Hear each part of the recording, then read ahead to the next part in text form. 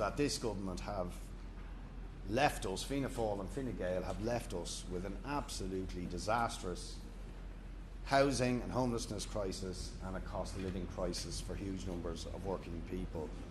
And while the government may be feeling a bit confident and triumphalist at the moment, we think once the starting gun goes for this election, people are going to refocus on the manner in which this government has spectacularly failed to address the housing and homelessness crisis, the cost of living that is crushing huge numbers of people, and their failure to resolve the endemic crisis in our health service and many other public services. In particular, we want to highlight really the utterly cynical announcement yesterday about the new housing target figures by the government.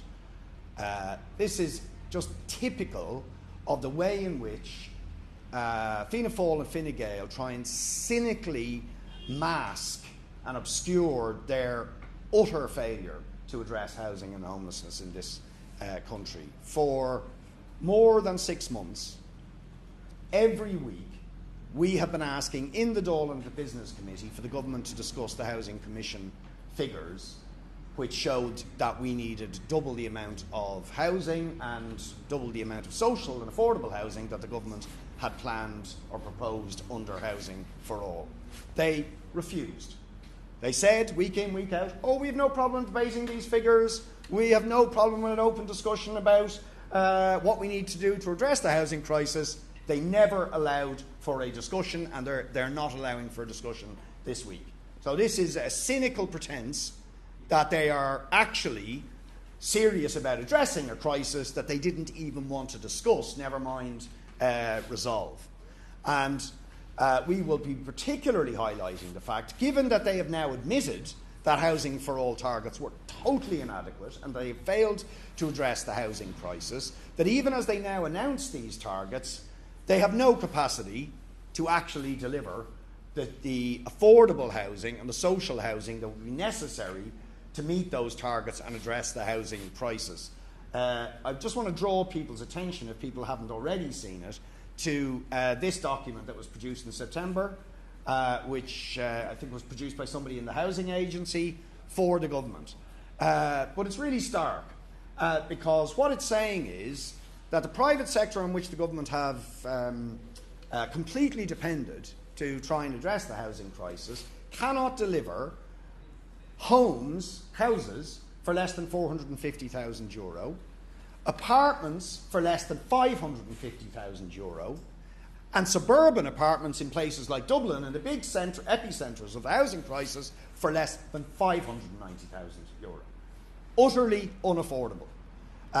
So even as they do increase to some degree housing construction, they have no plan to make it affordable.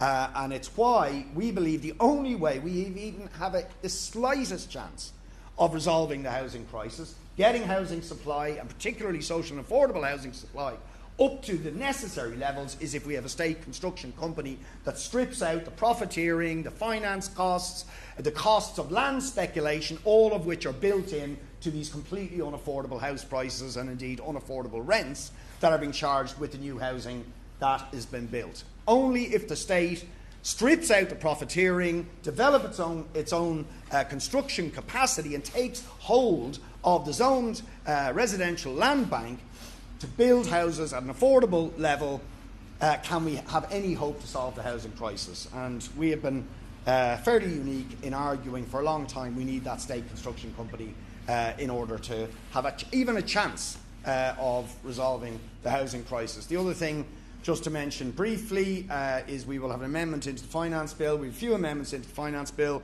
but one of them is about the USC, and we will be reminding people that that was supposed to be a temporary emergency austerity tax, which is still crushing hundreds of thousands of workers, have reneged on their promise to get rid of, and we will be making a last-ditch effort to urge the government to get rid of the USC for ordinary workers and replace it with a wealth tax on the very, very wealthy in our society. Last point I just want to make is about Palestine and the Occupied Territories Bill and so on. We will be raising again today the manner in which this government have, in the most cynical fashion, spoken out of both sides of their mouths on the issue of Palestine, while mouthing words of sympathy and criticism of Israel's atrocities and crimes and its genocidal massacre in Gaza. They have done everything in their power to block any meaningful sanctions against Israel for the crimes that it's committing against the Palestinians and now the people of Lebanon. So it is, again, cynicism of the most extreme kind for the Micheál Martin to talk about now. We're going to finally look at the Occupied Territories Bill, when it was this government that put the money message cynically into play in order to block, since 2018, the passage of the Occupied Territories Bill. Tomorrow we will be highlighting at the Central Bank the fact that Ireland is one of only 3 countries in Europe that is facilitating the sale of Israeli war bonds, bonds that are being explicitly marketed by Israel to finance their massacre of the people in Gaza and the atrocities they are committing in the West Bank and Lebanon, and the government have also failed to do anything about that.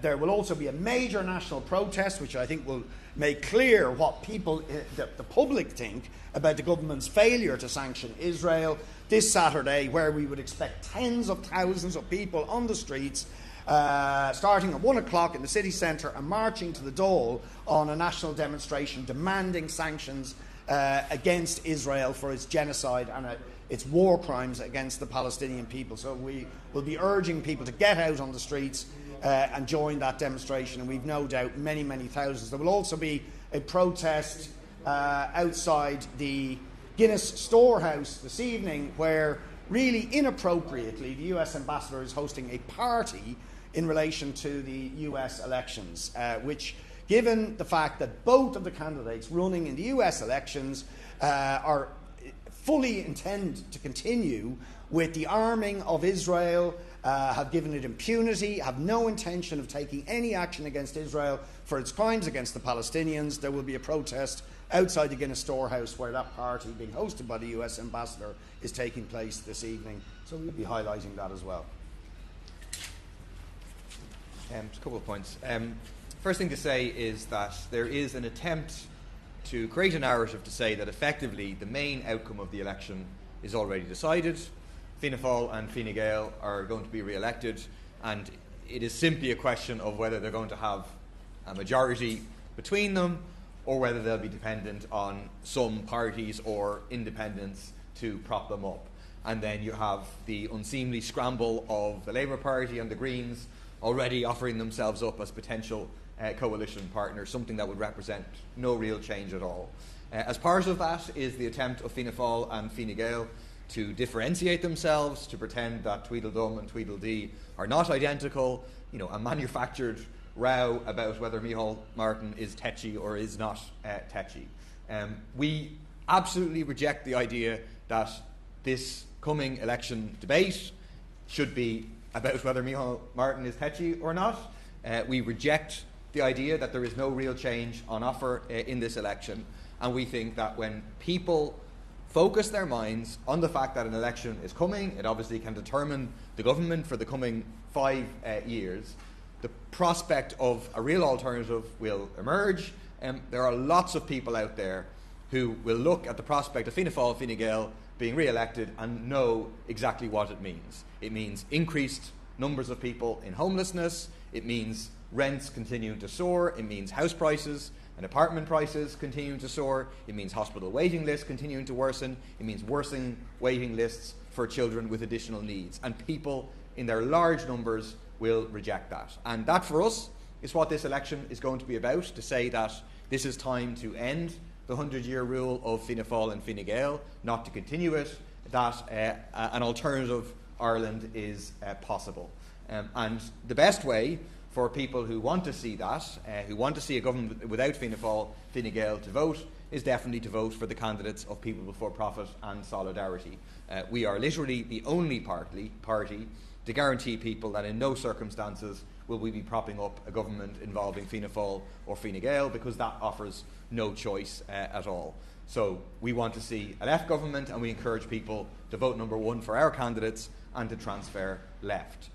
I would point out that this coming election is going to see the biggest socialist electoral challenge in Ireland in the history of this state. We are standing at the moment in every constituency but 2. The but 2 may come down in the coming days. So literally almost everybody across the country will have a chance to vote for People Before Profit Solidarity, to vote for parties that are not going to prop up Fianna Fáil, Fine Gael, to vote for the possibility of a left government. The other issue I just want to raise briefly is I attended the launch last night of this excellent report, Falling Through the Cracks, by the Child Law Project. I recommend everyone at least having a brief read of it, or if it's possible to listen to the speeches last night. This is another kind of documentary evidence of the way that the state is failing children in this state. I think that has been a real feature of the past 5 years, from children with scoliosis, children with additional needs, but also children in the care system being systematically failed by the state. And what the report outlines is that over the past 3 years the situation has deteriorated. The cohort of children who have been left without a suitable placement or therapeutic service to meet the child's needs has grown.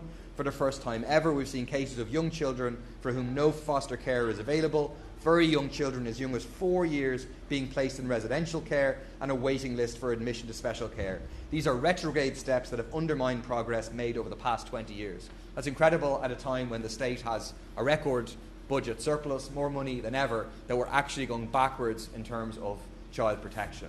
It also should be noted that the Child Law Project, which is effectively made up of lawyers who go in to watch in-camera court cases and then report on those, obviously while keeping the identification of the people involved anonymised, that project has not been able to report on any cases since the end of June because of an absence of funding. So this has been a running project where the tender has been put out. Child Law Project has won for a number of years in a row. I think over 12 years you've had the Child Law Project. But then this year the funding stopped in June. I raised it with Minister O'Gorman in an oral parliamentary question on the Thursday before the bank holiday, and then on Friday finally a tender went out for these services to begin from next January. That's welcome that there will be reporting taking place from next January, but again it should be pointed out that the funding being provided is the same amount of funding that was provided for the last 3 years, when we've seen inflation of 20% in that time. So in effect, the state is saying we'll have 20% less reporting of what is happening.